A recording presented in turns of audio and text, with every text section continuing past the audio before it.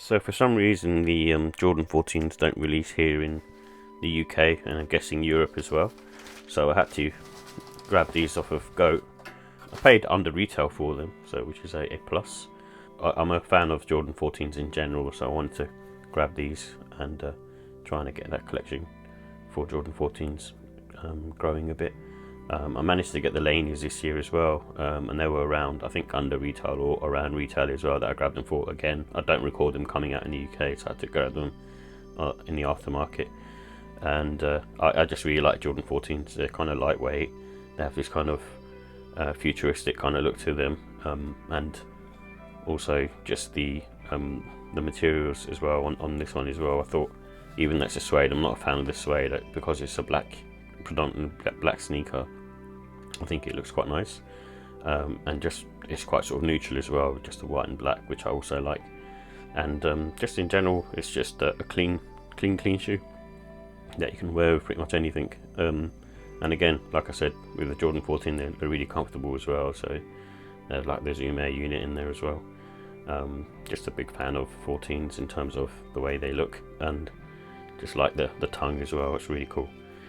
So yeah, glad to get these. Just noticed a few issues. I don't know, there's some, whether it's discoloration or dirt that's on here, so I need to check that out. But there's also sort of a mark on here, on the midsole, where it kind of connects to the heel area. But overall, just a clean shoe.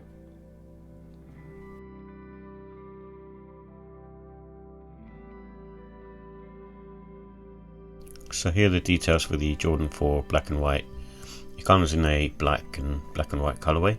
It also has Varsity Red on the Jordan logo at the top, but there isn't too much Varsity Red on the shoe.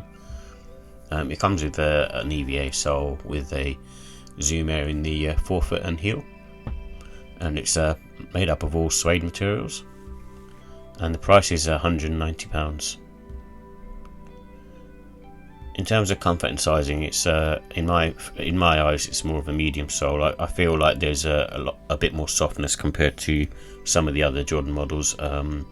Really, it's still slightly firm, but it's quite sort of neutral in that respect. But I feel it's not like soft, but I'd say it's more sort of medium, and it also sort of sits low to the ground as well. So that's why I'm kind of putting it in the medium category. The forefoot feels a lot softer, but compared to the heel, in my opinion.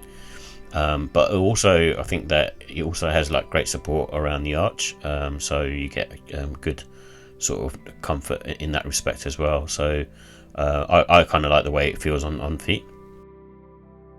The wearing time on these, because it's a suede material, it's not going to be that bad, and I feel Jordan 14s aren't that bad. I think there's a little sort of issue around, because it's kind of like a mid-cut sneaker.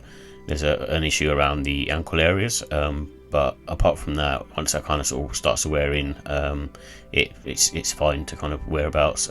You might get a little bit of an issue on the pinky toe, and that's why I sort of recommend going up half a size for that reason, because it kind of the shoe is kind of sort of narrow on that side, on the lateral side of the trainer. And basically, I feel because it's a herringbone traction, it's good for sort of all types of weather. Whether you should wear suede in the winter, that's a different matter. In terms of the look and style, it's an all black shoe with like hits of white. So it kind of I like the way they've kind of used the white on the sneaker. It's kind of sort of sparingly used, and it really makes it stand out. But the majority of the sneaker is black, with the ribbed lines, the ribbed stitching lines, which is really cool. I'd recommend sort of wearing sort of spring, autumn time, probably not on rainy days because of the suede, but that's my recommendation. They're not too sort of what I would say too enclosed. They have a bit of breathability, even though they are sort of leather, and they're sort of more sort of lightweight, so you can kind of feel sort of comfortable in those kind of weathers where it's like slightly warmer in terms of temperature.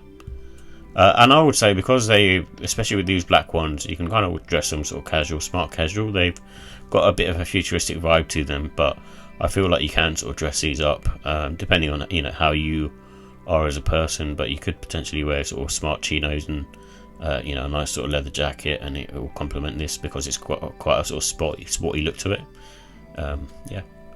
It comes with the black laces anyway, but I think you can kind of go with a range of options because I mentioned the little hits of red, and red being sort of synonymous with Jordan anyway. I think that would go quite well. Obviously white as well to kind of complement the midsole areas, and also potentially sail, because sail's kind of the in thing at the moment. So sail would look, I think, pretty cool with these. So in terms of my final thoughts, I think the pros are it's just basically an all black colorway. You can't really go wrong with that. Similar to the last shots in a way, but obviously not as nice as those, but still nice looking. And as I mentioned earlier, it's lightweight and it's also futuristic. So out of all the Jordan trainers, 1 to 14, I feel like these are kind of the more lightweight ones, and just you can sort of wear them today on sort of. You can wear them now, and kind of they feel very similar to other trainers that are around at this moment in time. And for that reason, it sort of stands the test of time. So I think it's a really cool sneaker. The cons are suede. I think it's just because of the fact that, like I mentioned, it's more the fact that you're gonna wear these out a bit quicker because of the suede itself, and you have to be careful when you wear them. And glue stains. So there's a few glue stains here and there, and it's around the midsole is a bit of, again, sort of patchy paintwork, but kind of to be expected with a Jordan brand. In terms of my rating, so I think in terms of the look and style, I think I'd give these a 4. They're not quite last shot worthy, but they're still a nice Jordan 14 if that's what you're after, and would recommend sort of getting these or the Laneys. The comfort, I'd give it a 4 out of 5. They are really comfortable. The reason it's not a 5, I'm kind of going off of what I consider to be the most comfortable sneakers out there, and that's probably something like the Nike Invincible Run Free or a New Balance 1906R. But obviously comfort is dependent on the person and the individual, so someone else might find these more comfortable than a 1906R, for example. In terms of quality, I give it a 4 out of 5. Just a few things I mentioned earlier around the sort of the glue stains and the paintwork, but apart from that, the sneakers are really nice, and in that respect, they're sort of constructed really well. So, and I do like the sort of suede material, regardless of the fact that you have to be careful when you wear them, but it looks really cool. And the pricing, I think, again, because it's a retro sneaker, I think the price is probably slightly too high for these ones. They are the newer retros in the Jordan line, but still I think the price is still too high. For that reason, it gets a 4. Overall, I give it a 4 out of 5. I think if you can find them at a good price on the resale market, then they definitely, I'd probably give them a 5, but I can't base it on what price you would pay at that moment in time, because I'm basing it up on the retail price.